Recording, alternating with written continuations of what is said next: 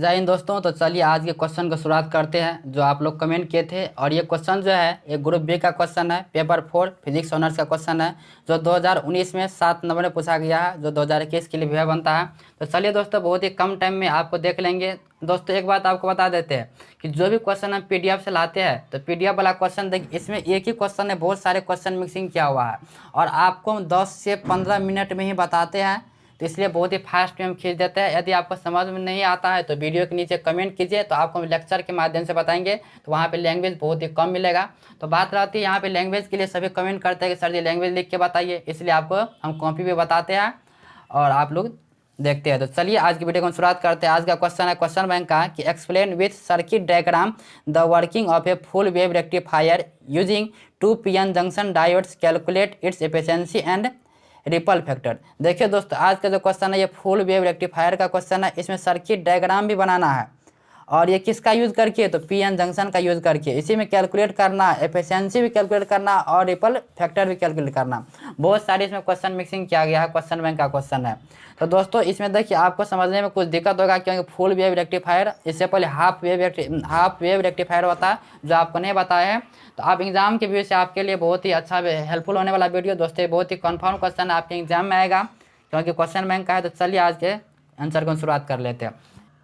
The rectifier which gives out for positive half cycle as well as negative half cycle is called full wave rectifier। देखिए बहुत ही easy language, देखिए आप खुद भी समझ सकते हैं। देखिए कि फुल वेव रेक्टिफायर क्या होता है, तो ऐसा rectifier which gives out for positive half cycle, जो पॉजिटिव हाफ साइकिल भी देता है और एज वेल एज साथ ही साथ क्या देते हैं, नेगेटिव हाफ साइकिल भी देता है, उसको क्या कहते हैं, तो फुल वेव रेक्टिफायर कहते हैं। देखिए इसी में कुछ और पॉइंट लिखे हैं। देखिए full wave rectifier is the process in which both sides of alternating current are obtain. देखिए फुल वेव रेक्टिफायर की विधि में क्या होता है, तो दोनों साइड हमें क्या होता है, एसी करेंट ही हमको प्राप्त होता है, अल्टरनेटिंग करेंट ही प्राप्त होता है। This can be achieved with 2 PN junction, और इसको क्या कर सकते हैं, 2 पीएन जंक्शन के द्वारा इसको प्राप्त कर सकते हैं, डायोड्स वर्किंग अल्टरनेटिवली। तो देखिए कैसे, तो फिगर के माध्यम से देखिए। तो यहाँ देखिए क्वेश्चन में बोला जा रहा था सर्किट डायग्राम। देखिए जिस हिसाब से क्वेश्चन पूछा गया उसी तरीके से आपको हम आंसर बताते हैं। तो देखिए सर्किट डायग्राम के माध्यम से बनाना था, तो देखिए यहाँ सर्किट डायग्राम बनाया है। यहाँ पे D1 और D2 ये क्या है, पीएन जंक्शन डायोड है। जैसे बताए थे ना, 2 को पीएन जंक्शन डायोड लेना है, एक ले लिया D1 और एक ले लिया D2, दोनों को जोड़ दिया है। उसके बाद देखिए ये क्या एसी इनपुट है और यहाँ देखिए P1 और P2 पॉइंट मान लिया है और यहाँ पे S1 और S2 पॉइंट मान लिया है और ये बीच में क्या लगा हुआ, आउटपुट वोल्टेज यहाँ से लग रहा है, आ रहा है, ठीक। उसके बाद ये क्या रहा है, ये जो बीच में 2 को लाइनिंग खींचे, इस लाइनिंग को क्या बोलते हैं, इस लाइनिंग को पल्सिंग डीसी बोलते हैं, ठीक। अब देखिए दोस्तों यहाँ पे एक पॉइंट हम मानेंगे, ये देखिए यहाँ पे P1 जो है एक बार नेगेटिव मानेंगे तो इधर पॉजिटिव हो जाएगा और यहाँ पे नेगेटिव है तो साइड वाला भी पॉजिटिव हो जाएगा, फिर यहाँ पे पॉजिटिव है तो ये नेगेटिव हो जाएगा। फिर दूसरा कंडीशन में क्या मानेंगे, इसको पॉजिटिव मान लेंगे, जब ये पॉजिटिव होगा तो ये नेगेटिव हो जाएगा और ये भी क्या हो जाएगा, ये नेगेटिव हो जाएगा और ये नेगेटिव होगा तो ये पॉजिटिव हो जाएगा। यहाँ पे 2 कंडीशन बनेगा। तो आपको हम लैंग्वेज बता देते हैं, आप लैंग्वेज से भी समझ सकते हैं कि इसमें क्या कह रहा है। तो चलिए पेज को हम पलट लेते हैं।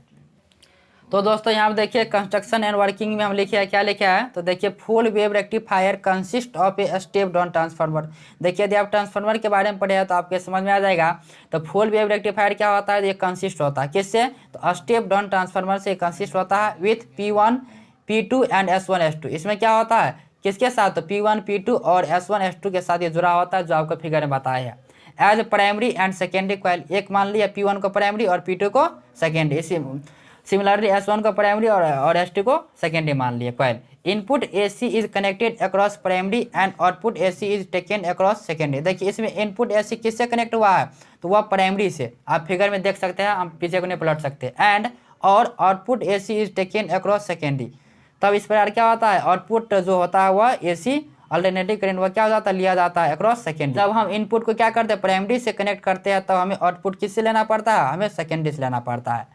2 diodes D1 and D2 with a load resistance are connected across secondary। उसमें क्या लगा हुआ है, D1 और D2 2 डायोड्स लगा हुआ है, जो किससे कनेक्ट हुआ है, लोड रेजिस्टेंस से, और वो लोड रेजिस्टेंस किससे कनेक्ट है, वो सेकेंडरी से कनेक्ट हुआ है, आप फिगर में देख सकते हैं।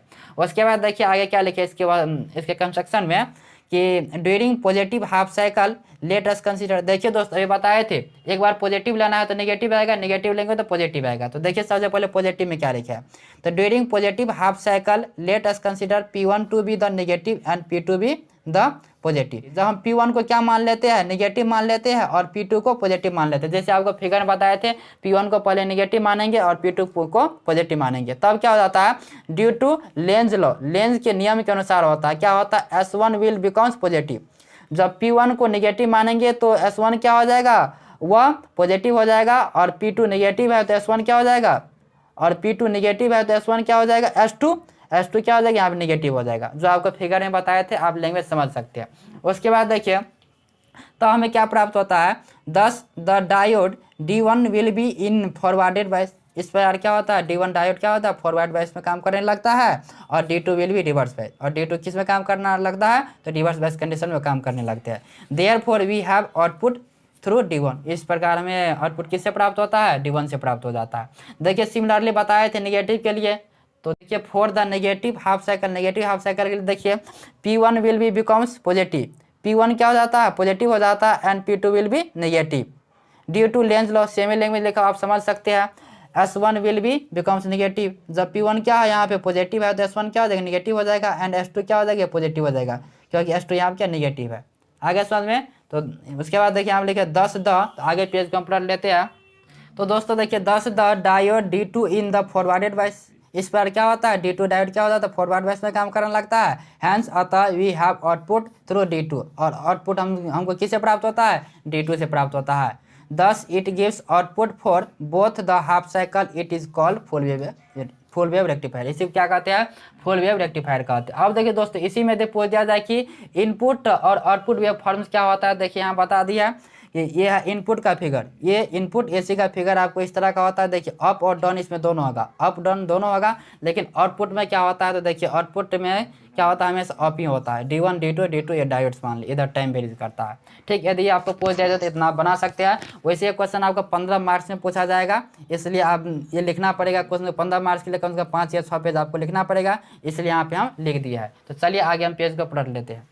तो दोस्तों इसी में 2 क्वेश्चन और था, जैसे आपको बताए थे।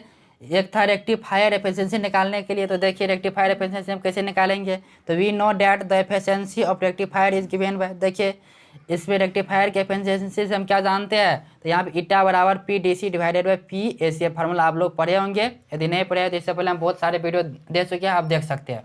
9 PDC बराबर I² DC/R। देखिए यहाँ से एक फार्मूला जानते होगा आप लोग, P बराबर I² R होता है। इसी फार्मूला का यूज़ करने के बाद ये वाला टर्म आ जाएगा, फिर आपको और PDC बराबर ये वाला फार्मूला आ जाता है। ठीक, आप ये लोग पढ़े होंगे। चलिए अब देखिए एन PAC बराबर क्या होता है, I² RMS RF plus RL ये वाला फार्मूला होता है, और बराबर ये वाला फार्मूला आप ध्यान रखिए। इतना फार्मूला आप ध्यान रखिएगा। देखिए वैसे लेक्चर के माध्यम से मैंने बता रहे, बहुत कम समय आपको बता रहे हैं, तो आप इतना ध्यान रखिएगा। लैंग्वेज बता रहे हैं, बहुत बड़ा टॉपिक है।